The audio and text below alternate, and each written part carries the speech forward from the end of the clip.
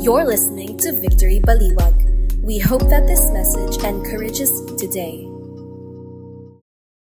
Let us pray. Lord, thank you for your word that defines us. Lord, that in a world that says we need to do so that we can be, but your word says, as we read it, our being precedes our doing.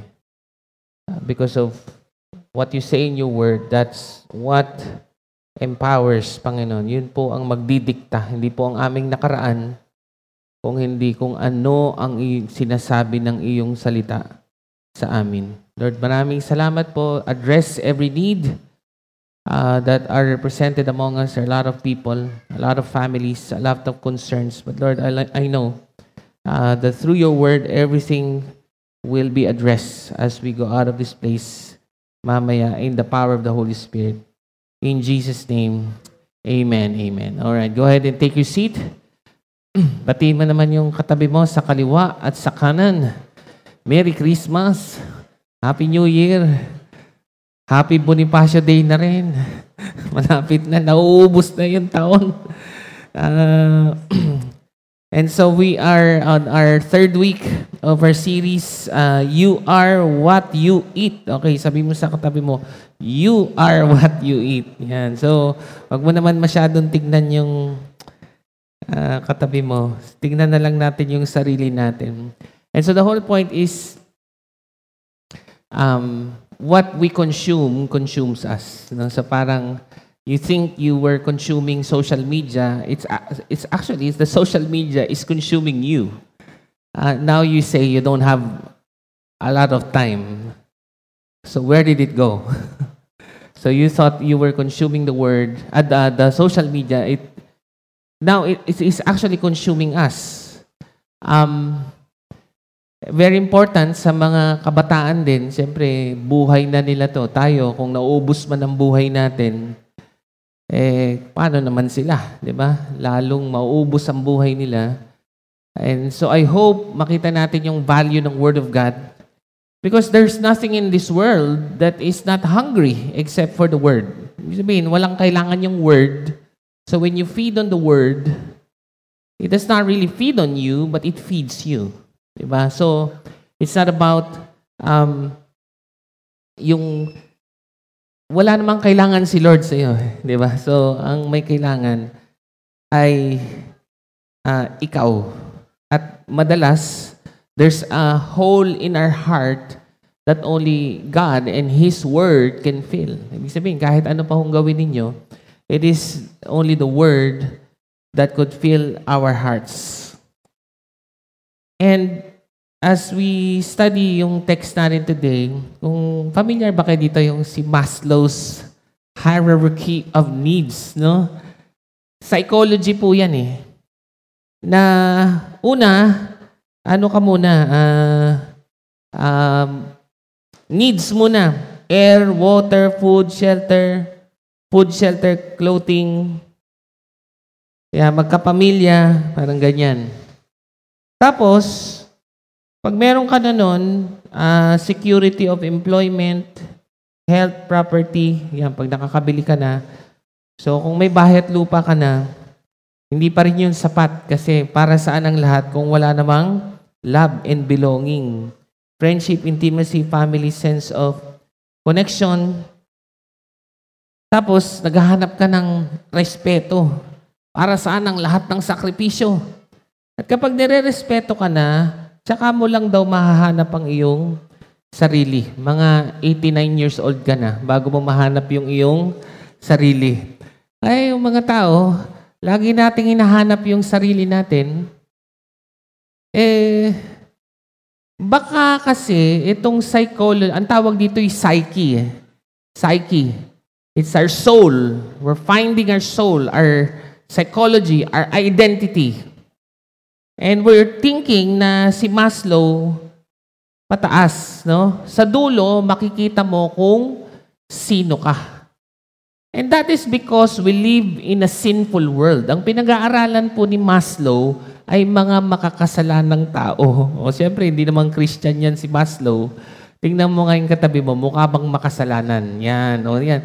Pag makasalanan ng tao, ganyan ang laging hinahanap yung sarili sa pagkain, sa employment, may nagmamahal ba, may rumirespeto ba?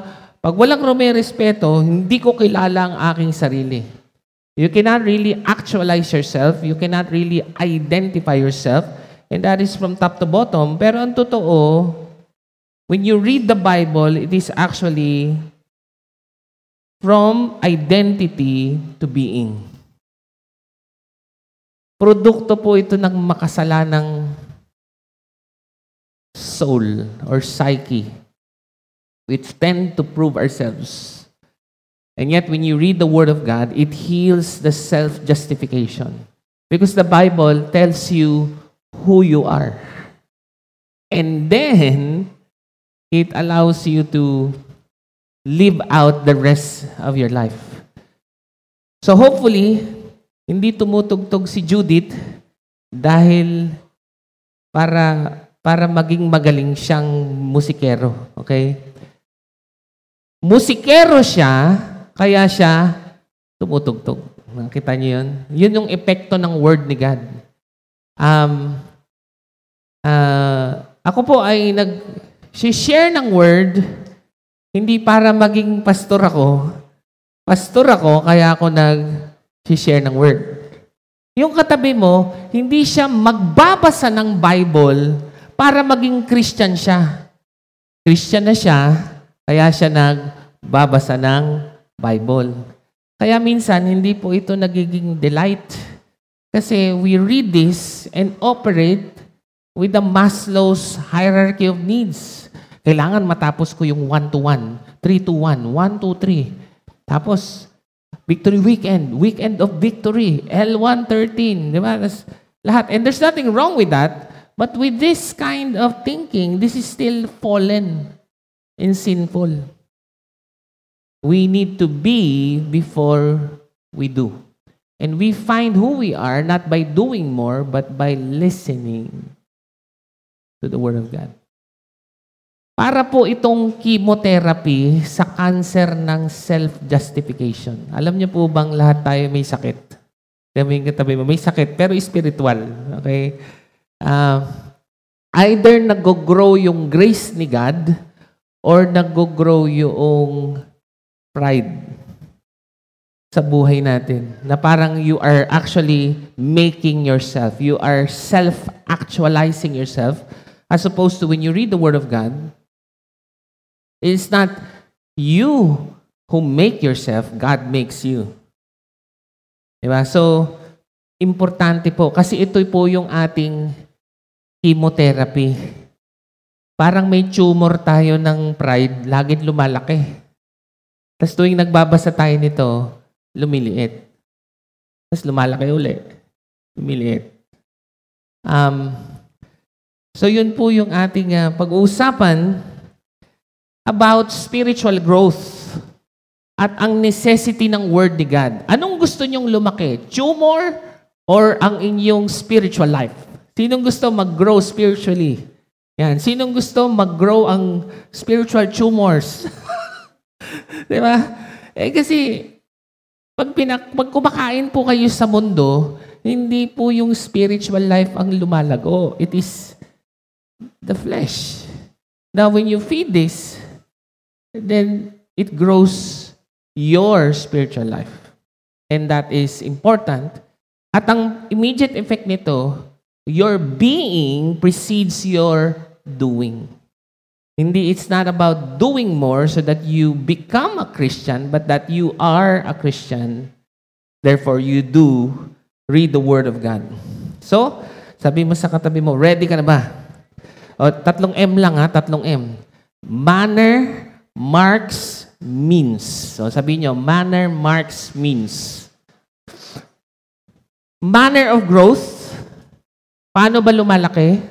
Nag-grow spiritually, siyempre, according to the Word. Marks. Ano ba yung marka na yung katabi mo mukhang lumalago na ang kayabangan. Hindi, joke lang. Ang spiritual life. Tapos ano yung means? Kung hindi ka lumalago, ano nga gagawin mo? So ano ba yung importante? What is necessary for spiritual life? So, let's talk about the manner of spiritual growth. Context po ito nung binasa nating verse kanina, but it still speaks about the Word of God. Sabi niya, having purified your soul by your obedience to the truth for a sincere brotherly love, love one another earnestly from a pure heart. Ano daw yung manner kung bakit magkakaroon ng love for the Word of God? Anong una? Love for the Word o born again muna? Ano nakalagay doon? Since you have been born again. Not of perishable seed, but of the imperishable. Sino sa inyo dito may nanay ka? May nanay. Yung iba, ano kaya kayo galing, no? Garapon, no? Galing ka sa... Hindi ko pala alam. Baka mayroon pala talagang galing sa garapon. Sorry. Meron bang ganon? Anyway. So, yung pong seed ng ating mga magulang is a perishable seed. Ito po yung seed ng flesh. Ito po yung seed na namamatay. At syempre, pag namamatay yung seed, parang you try to preserve yourself. You try to prove yourself. Kaya while the flesh is important, it does not really help a lot, no, in our spiritual life. Because sino sa inyo pagtingin mo kanina sa salamin, parang lalo kang bumata? Parang hindi, di ba? Parang hindi na bumabata. So, siyempre, habang nauubos ang oras mo, lalo kang ipoprove mo yung sarili mo, lalo kang na-stress. But there is actually a imperishable seed. And that is the abiding Word of God. There is a power. Hindi lang po yung uterus ang nanganganak. Yung spiritual life din natin. And it is through being born again as to the preaching or the abiding Word of God. There is something that's birthed in you through this Word. Na hindi laman. Kasi itong laman namamatay at pag namamatay, nagiging survival mindset. Na parang wala kang kwenta kung wala kang nagagawa. And that might be true in some sense. But iba kasi yung Word ni God eh. You will live forever. You are meant to last forever. And so if you last forever, identity is more important than what you do. Because whatever you do seems to be temporary. Okay, so, ano po ba yung manner ng ating growth? Yung manner po natin is not about outward obedience, but it is internal. Okay? Madalas kasi pagka gusto natin mag-grow, sige, mag-music team tayo, tumugtog tayo, mag-BG tayo, umaga, tanghali, gabi. So napansin nyo, we're trying to grow internally by things that we do externally. Mali. Kahit ano pa hong gawin ninyo, pag hindi natin na i-internalize ito, yung salvation brought about by the Word of God, it does not bring about spiritual growth. It is an inward miracle. So, tignan niyo po,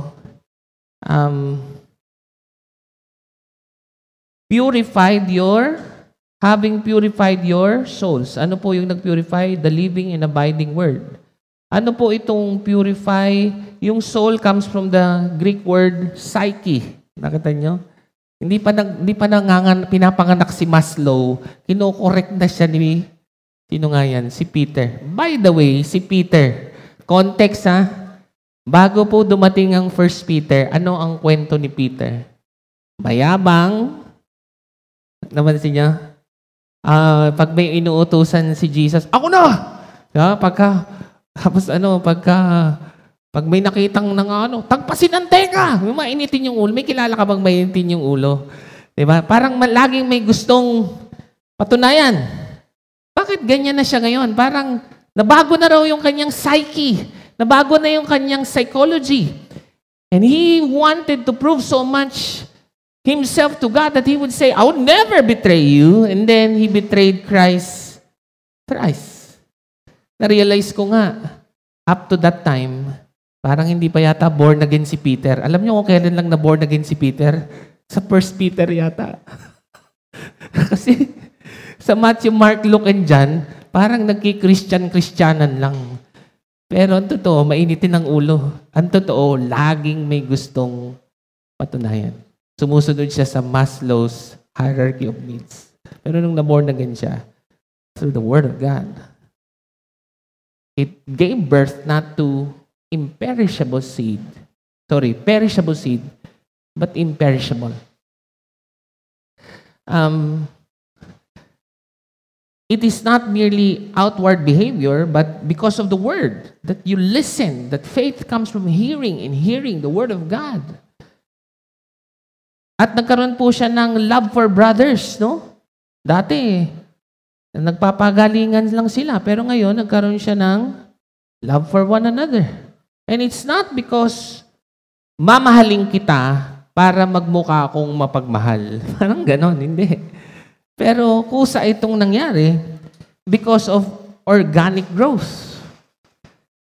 Peter seems to be, before encountering the Word, was building a spiritual resume. Meron kang, hindi biodata no? Spiritual data. Para bang papasok ka na sa langit, meron kang resume. Lord, ito yung nagawa ko, nagpastor ako, nag-music team, and all. And it seems, everything seems to be external. You're trying to actualize your salvation, where in fact, salvation is not actualized, but it is something that is given. Something that is received. Kasi pag bumuo tayo ng spiritual resume, magiging cold tayo. Mabait tayo, pero tayo ay cold. Hindi tayo makapag-joke. Hindi tayo yung serious lagi. Di ba? Parang yung naalala niyo yung mga Pariseo, wala na sigurong pinakamasunurin pa sa Scripture at the time. So while Scripture is important, but being born again, resulting from the seed of the Scripture is more important. Kasi parang may word sila, pero parang hindi bumabaon sa kanilang psyche.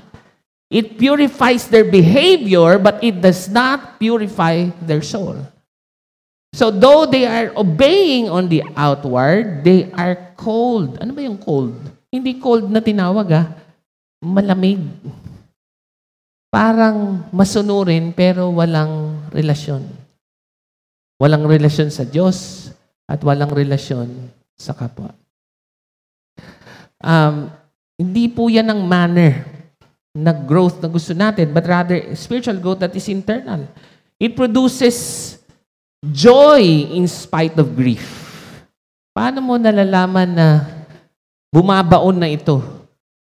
Kasi nagluluksa ka, pero meron ka pa ring joy. Kasi when you're losing people, parang it's not self-actualization, di ba? Parang you're losing people. And yet, because of the Word of God, there is hope, there's actually strength with tenderness. Si Peter, strong lang dati. Ngayon, napansin niyo ba? Ang bait niya na magsulat, di ba? Gusto niyo bang maging ka-VG, yung pumuputol na tengang Peter? O gusto niyo ba yung ka-VG na si 1 Peter na nagbabasa na ng Bible? Holiness with humility, bold but sweet, and it transforms the whole person from within. Ang external po kasi is like an add-on. Nakita niyo po? Yung Bible po ay hindi po dinadagdag sa buhay. The growth that this brings is internal. From the soul, from the psyche, from your identity. Rather than, okay na ako, idadagdag ko na lang ito. Hindi ito pwedeng idagdag. This should be the whole foundation of your soul. Baka nga, nung una, si Pedro, nung sumusunod siya kay Kristo, dinagdag lang niya si Kristo. Nung hindi na nagwo-work si Kristo, tinapon niya na. Hindi po pwedeng pandagdag. Pangalawa is spiritual growth is gradual. Ano sabi? Like newborn infants. Now, kung kayo po ay naka-encounter ng Word ni God and it transformed your soul, it reversed the Maslow's hierarchy of needs. Yun talagang tingin ko, pag bumaliktad na yon, mukhang na-born again ka talaga. You don't have to do to be. You are already a son and a daughter, therefore, you do. Baliktad na siya. So, pag bumaliktad na yan, para ka na ngayong bagong pinanganak. Hindi po ito dinadagdag, ito po yung bagong buhay. At kahit pa po talented ka, every one of us starts as a spiritual infant. Meron ka ba ditong katabi? Mukhang matalino. Mukhang matalino siya. Bago pa siya naging Christian, ha? Matalino na siya. Ngayon, pag na-born again na siya, siya'y matalinong infant. Pero infant pa rin siya. Matalino, pero infant. Baka kasi inisip natin, hindi, yung mga matatalino, ano yan, level 3 na kagad. Hindi, matalino, pero infant. May katabi ka ba dito? Mukhang maraming pera. Yan, wow! Pag na-born na ganyan, marami siyang perang infant. Maraming pera, pero infant pa rin. It needs to be gradual, mga kapatid. Yung iba, feeling nila ay, Pastor, bakit hindi ako nag-grow? Kasi, feeling mo, mabilis yung resulta. Kaya ngayon, pagka naiinip ka na, aalis ka muna. Oh, by the way, ito pa isa. Ang baby ba pwedeng may pamilya? Pwede bang walang pamilya ang baby? Ayun, may baby doon, no? Hello, baby. So, pwede bang walang pamilya ang baby? Hindi po pwede. Hayaan nyo kaya yan dyan. Mukha naman siyang matalino. Hayaan mo na dyan yan. Huwag magagalit yung lola niya. Hindi ba? Ano ang napakalinaw na kailangang makita sa baby? Ang baby ay kailangan ng pamilya. Kaya pag tayo ay, basta manunood lang ako ng YouTube, hindi ko talaga maintindihan kasi parang hindi talaga yun yung nasa Bible. You are born in a spiritual family. And you will grow gradually in a family like an infant. So, kahit nababagalang ka sa katabi mo, antayin mo siya. Kasi kailangan sa paglago ay pamilya. Kahit feeling mo matanda ka na, baby ka pa rin. And you wouldn't even, kahit ako, I would consider myself a spiritual infant, that there is still room for much growth. Rather than, iniisip mo, malaki na ako. L113, ano ka ba? Baka ako pa magturo sa'yo. L114 na kaya ako. Di ba? Hindi, alam mo, ako na-realize ko nga, kahit mag L113 ako ulit, feeling ko, marami pa rin akong bagong matututunan. Because though we seem to be old as Christians, we need to be like spiritual infants. Like. So, gradual po ito. Pagpapatuloy. It's not about being quick, but rather being faithful. Kaya nga po, kailangan ng victory group. Diba? Pwede naman po kayo magbasa ng Bible, pero parang iba rin pagka merong victory group. Because we grow in the Word in community. So, ano po ba yung idea ng babies pa? Another one is, babies are impatient. So, gradual, pero tayo ay impatient. So, anong problema sa gradual. Ang problema sa gradual, nakakainip. Ang problema nga, bata ka pa nga. Huwag ka mainip. Di ba yung mga bata dati, laging gusto sumama sa kuya. Di ba? Sama ako sa kuya ko. Tapos, hindi, bata ka pa. Naiinip eh. Parang we tend to overdo things, thinking that the more that we do, we will become. But really, in a family, whether you do much or less, you do not become more of a son or more of a daughter. Tama ba? Dito mga parents, taas ang kamay ng mga magulang. Pagka marami bang ginagawa yung anak ninyong mabuti, mas lalo ba siyang nagiging anak o anak na talaga siya dati pa? Hindi naman, di ba? Pamilya ito eh. So, gradual lang talaga. And let us not be impatient. Alam niyo, dati, ang dami ko pong, siguro, pag nagpipreach ako dati, ang slide ko yata ngayon, mga siyam na lang eh. Dati ang slide ko, 100. Pag nagpipreach ako, kailangan, every 3 seconds. Para sila. Yan, mga baby kasi tayo. Kailangan, palit ng palit. Tapos dapat, mga 10 jokes bago magbasa ng verse. Di ba? Parang, di ba? Kailangan, di ba? Bakit? Impatient eh. Kailangan ng fireworks. Pagka tinanong mo, kumusta? Ang ganda ba ng preaching? Grabe yung preaching. Wow! Grabe, nakakatawa talaga. Tsaka, buhay na buhay. Parang kahit anong sabihin mo, wala talaga siyang matandaan na sinabi ni God, no?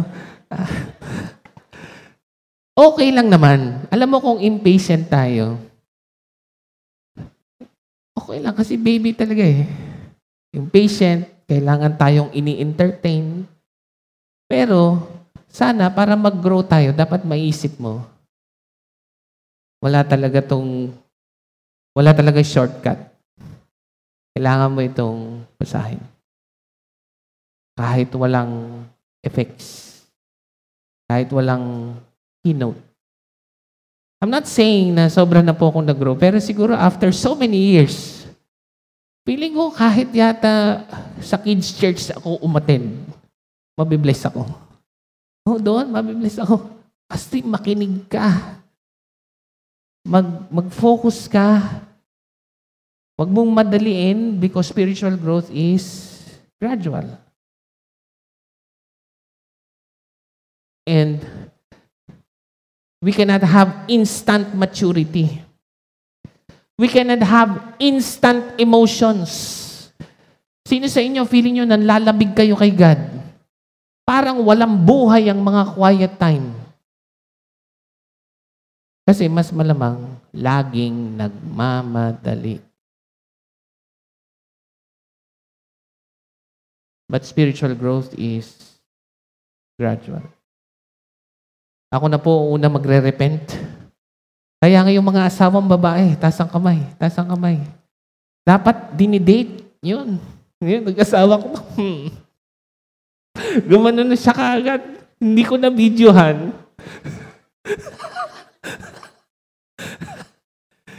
Bakit?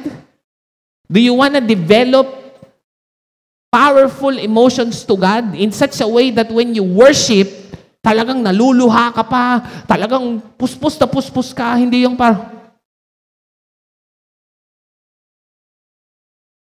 Bakit nga walang emosyon? Why have we not developed our emotions to God? Para lang ding asawa yan. Pag hindi kayo nagdi-date ng asawa mo, lumalamig yung emosyon. Lumalaki yung tumor ng self-justification. You're trying to prove yourself. You're trying to be more of a husband. You're trying to be more of a wife when you're already a wife. When you're already a husband. You're already a child. And we are just called to grow in it gradually. So yung word ni God, yan ang date natin. Date natin yan kay God. As great victory group leaders, parang pag ito victory group leader ko, lalago talaga ako. Alam mo, kahit pa si Jesus ang VG leader mo, it will still take 3 years. for a Peter to be born again? Wala eh. Counterintuitive ito sa mundo. Kasi yung mundo gusto laging mabilis. But growth needs to be gradual. So, kung lumalago ka na talaga, what are the marks? So, kanina, the manner. Ano yung manner? Internal, gradual. Ano yung marks of spiritual growth? Kung pumasok na talagang itong word of the gospel sa inyo, eh magkakaroon ka ng sincere brotherly love. Sincero comes from the Greek word without mask. Hindi po ito, pakisamahan. Para kang nagkaroon ng panibagong affection sa kapwa people of God. I'll give you an example. Last week, may international, when I say international, nagpuntahan kasi yung mga leader natin from all around the world. Nagpunta sa Clark, nandun kami. Alam mo, hindi ko naman kilala tong mga to eh. Pero, pag nag-uusap kami, parang connect kagad kami. Parang I develop an affection for Christians. Yun, mark yun. Kaya nga nagtataka ako kung you claim to be a Christian and yet parang mas gusto mo pa rin kasama yung mga dati mong non-Christian friends. Now, hopefully, kung gusto mo silang makasama, it is to reach them out.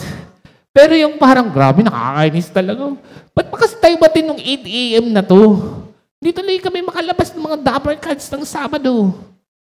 Tapos parang may nawawalang oras sa'yo pag linggo, pag nag-church ka, parang may nawawalang oras sa'yo. Sabado, dati pa nilang lakbay namin ng Dapper Cards. Parang may nawawala. But hopefully, when you're growing, parang naisip mo, wala namang nasasayang. Mahal ko sila. Gusto ko, nandito ako. Yun, mark, na yung Bible ay pumapasok internally. Hindi lang po idinadagdag, but bumabaon. Beyond family or ethnicity or race, but you develop brotherly love. Si Ananias tsaka si Saul, naalala nyo? Grabe si Saul, killer. Hindi ko nga maintindihan paano naging member ng church yun. Pero somehow, si Saul, nabago siya, pero so syempre nabago siya, kakaiba yun. Pero ikalawa, nabago rin yung church. Natutunan din nilang mahalin si Paul because of the word. That imperishable seed that grows that mark in them. You are what you eat. And if you continue to eat the word of God, you will love our brethren. Sabi mo sa katabi mo, I love you with the love of the Lord. Yan. Yes. Peace be with you. Hindi, wag na yan. Okay. Also with you. Ito pa. Tingnan nyo to ha. Another idea is, purified your souls. May tanong ako sa mga English teacher. Purified. Hindi siguro magaling mag-English ito si Peter, no? Purified your psyche. Past tense, present tense. Past tense. So, tama nga talaga yung idea natin. Na pag na-born again na si Peter, bumabaliktad talaga yung Maslow's hierarchy of need. You do not purify your soul or actualize your soul is already actualized. Baliktad. Purified, past tense. It's a completed action. You're not purifying your soul. It's already purified. That as you read the gospel, you will know that you are not really begging for forgiveness, that you are completely forgiven. That you are not begging for acceptance, you are completely accepted. You are not trying hard to be holy, but you are made holy in Christ. As you read the Word of God, there will be no fear of rejection. No need to prove your worth. No need to actualize yourself. No need to grow the tumor of pride in your life. No need for people's approval, but rather loving people. At alam natin, marka yun na lumalago na ang Bible sa puso natin. You are now what you eat. And kung wala yung Bible, I obey God because people will respect me. Pag sumusunod ako, pag nagsisimba ako, re-respetuhin ako. Mas magiging mabuti akong anak. Hindi. In Christ, mabuti ka ng anak. Kaya, magsisimba ka. Magkaiba, di ba? Magkaiba yun. You don't need to be superior. You don't need to lift up yourself so that you will condemn others. You don't need to strive for worth. You don't need to optics. Alam niyo yung optics, no? Yung nagpapakita ka ng maganda para maganda isipin sa'yo ng mga tao. And so, it's not about the externals, but our inner holiness, our inner humility, freedom from the need of approval, but even love for others. So that is, review muna tayo, tapos lalandingin na natin. The manner of growth, internal, gradual. What are the marks? Brotherly love. And even purified souls, psyche. Reverse Maslow of needs. You are already actualized and now you behave. Yun yung mark. So, Pastor, hindi pa yata ako yun. So now, what is the means? The manner, the marks, and the means of spiritual growth. So put away all malice. Sino sa inyo gusto nyo yan? Walang malisya. Gusto nyo may malisya lahat? Okay. Walang malisya, all deceit, hypocrisy, and envy and all slander. Siguro nakikita ni Paul na siya yan, ano? Alam mo, ako to eh. Sabi ko, hindi po ko pagkakanulis si Jesus. Pero joke lang. Hindi ko nga yan kilala. Sabi nga, nag-curse pa raw daw si Peter eh. He cursed and said, I do not even know him. Pero ngayon, bago na si Peter. Wala nang mali siya. Hindi na siya nakikipagmataasan sa ibang disciple. Walang deceit and hypocrisy. At ngayon, hindi niya na feeling na siya ay mature Christian na. Sabi niya, hindi, baby lang ako. I will be patient. I will be gradual. Kahit 80 years old ka na, we are still spiritual infants. Like newborn infants, long for the pure spiritual milk, that by it you may grow up into salvation. If indeed you have tasted that the Lord is good. Tasted. Natikman na, past, present, natikman na, at patuloy na binabalik-balikan. Kasi ito ho ang chemotherapy natin eh. Ito po ang chemotherapy ng false self natin. Pag lumalaki yung false self natin, parang cancer, no? Pag ginabasa mo to, lumiliit. Tapos lumalaki uli yung identity in Christ. Kaya hindi po pwedeng minsan lang. Paulit-ulit. When we repeatedly taste God's goodness through His Word. Why? Because in the Bible, it narrates the gospel story. Ito ano po ang importante? Listen here, no? Importante ito. Narinig nyo na yung idea ng original sin? Original sin, di ba? Makasalanan ba yung katabi mo? Oh, bilis mo. Opo, makasalanan talaga siya. Now, kahit pinanganak ka pa lang, because we are from the first Adam, which is original sin, because of the family, you are already sinful. So nakita nyo, the family story is important. Kaya minsan, Feeling mo, yung kwento ng magulang mo, nagiging kwento mo rin. But ang tanong ko, are you rooted only in your parents? But maybe not only in the first Adam, but to the second Adam, which is Christ, na yung kwento ng pamilya niya ang magiging kwento mo. Hindi na yung kwento, yung tatay ko kasi ganito, yung ganito talaga kami. And now, as you read the Bible, you now see there is a different family story for you as an infant. You are now born again in this new family.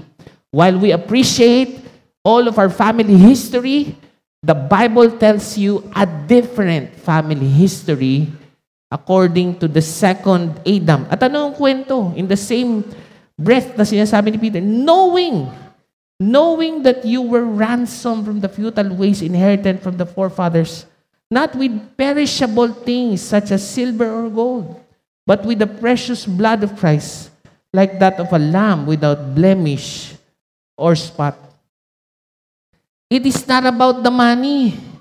Ang psyche ng tao, and again, there's nothing wrong with having more resources, but it's not the solution. You need to purify your soul. No matter how much money you have, you will have not actualized yourself. But it is only in Christ that you are ransomed. That in Him you are not purifying, but you are purified. Parang ito pong Bible is a title deed. Napansin nyo? Yung titulo. Kung dati, pinaglalaban mo pa yung lupa, hindi, lupa namin yan. Pero nung naging Kristiyano ka na, binigay sa iyo yung Bible, lupa namin ito. And now that you have a title deed, you will hold on to it much more harder. Kaya nga sabi ko, don't try hard, try harder. Labo, no? Ano mo ibig sabihin nun? Binigay na sa iyo eh. Hawak mo na. Panghawakan mo na. Yun yung point. As opposed to, you're trying to grab something that is not there. And so it produces insecurity, you're proving yourself, but it is given to you. Because of the family story, and now that it is yours, take hold of it. The Word of God. And by the way, yung pamilya po, hindi mag-isa, di ba? Family means a community. Ito po yung point. We have a shared story of the gospel. Napansin niyo po ba yung pagbabasa ng Bible, mas masaya pag merong kasama? Bakit? Yung reflection, nakita mo, binasa niyo yung Bible, nakita mo yung kabutihan ni God sa buhay mo, pero kulang yon. Pag nag-share na yung kapatid mo, may isip mo, we have a shared family story and we are all infants. And we are being grown up, being built up in this spiritual house. Kaya I realize if we have a shared family story, we are a Christian first and then abaliwagay nyo. We are a Christian first and then our parties. We're a Christian first and then whatever job or whatever student course that you are taking. As I wind down to a close, let me call on the music team. So put away all malice and all deceit, and hypocrisy and envy and slander. Oh, pastor, may kailangan gawin. Dapat maging mabait. Pero napansin ninyo, merong nakalagay na so. Sa NIV yan, therefore. Ibig sabihin, hindi po yan imperative. That is a conclusion. Paano ba mawawala yung mga masasamang gawain na yan? Panghawakan mo yung salita ng Diyos. Bitawan mo na yan. Kasi paano mo ito panghahawakan kung merong may malice, may deceit, may hypocrisy, envy and all slander, at tayong lahat ay magkakapatid sa pamilya ng Diyos. At walang mataas. Lahat tayo infant at our level. And we just long and hold on to this spiritual milk. Let this be like our word therapy. Grabe, no? Therapy. Kasi laging bumabaliktad yung Maslow's. We need to prove ourselves. We need to actualize ourselves.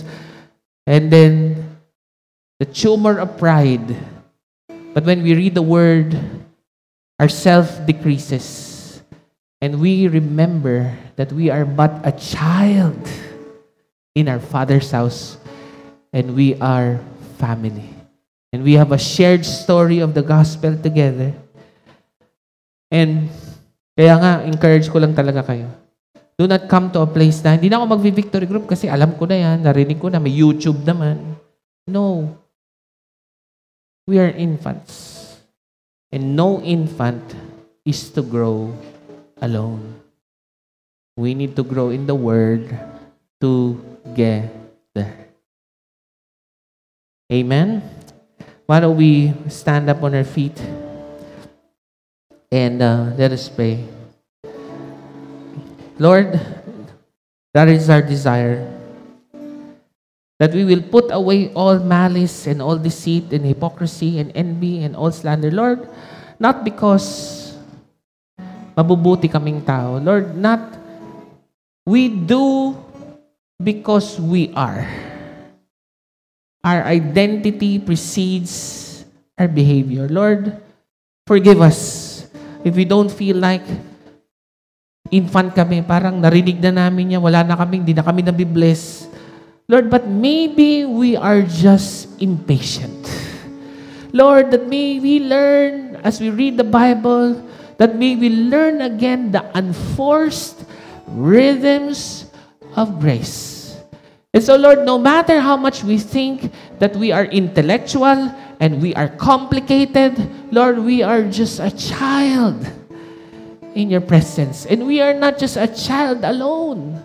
We are a child in your family together. Lord, as we come to you, may you be our cornerstone. Lord, as we come to you, may we know that we will not live on bread alone. We will not live on our self-actualization. But by every word that comes out of the mouth of God. Lord, I also pray, even as Paul said in 1 Corinthians chapter 2, yet among the mature, we impart wisdom. And Paul was saying, doon sa feeling niya, mature na siya. Feeling namin, sawa na kami sa mga preaching. Lord, may we understand that growth is not external. It is internal and gradual. Lord, it needs the power of the Holy Spirit to encounter us in our unhurried moments.